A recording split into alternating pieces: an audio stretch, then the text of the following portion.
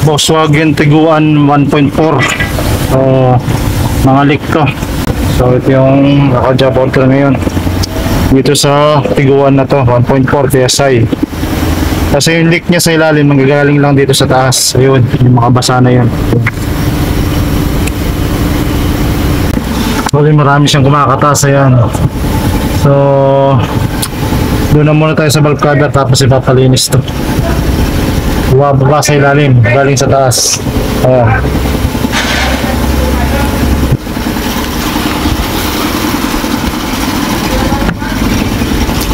So, Volkswagen Tiguan.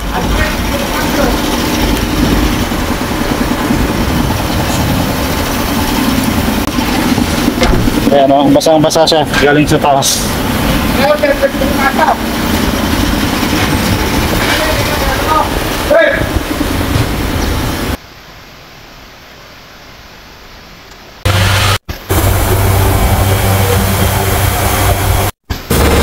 So ayan, napalitan na natin yung mga o-ring. Bubuhin na natin ulit.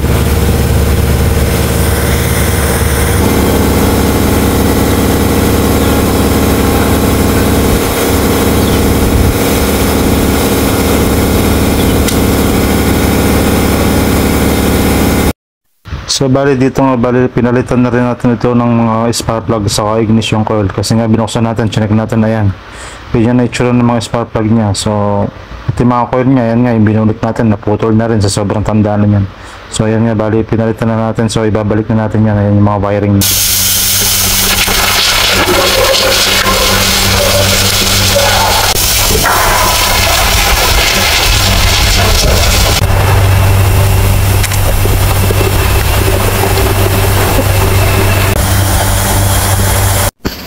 So papaandarin ko na lang ito, i-reset ko muna. So on engine lang. So yan yung mga lumitaw, so i-clear lang muna natin yan. So ano man yung mga yan, clear lang. Yes. Position 2 ang susi, binon, pero hindi umaandar. So i-clear lang muna natin yan bago natin paandarin. Laging ganoon sa mga European, ganun ginagawa. So na-clear na natin kanina. Ngayon, re-scanning tayo. Tingnan natin kung ano yung mga matitirang lalabas dyan. So, na-scanning natin, okay siya. Na-scanning natin, okay siya. Kulay green lahat, walang pula. So, ito, exit na natin, tapos start natin. Okay, exit. Yes. Yes. Okay.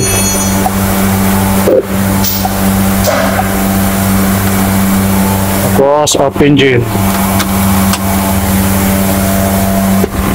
Start na natin. Engine on. Start. So, okay na yan. Namaandar na yan. So, linisin na lang natin yung ilalim.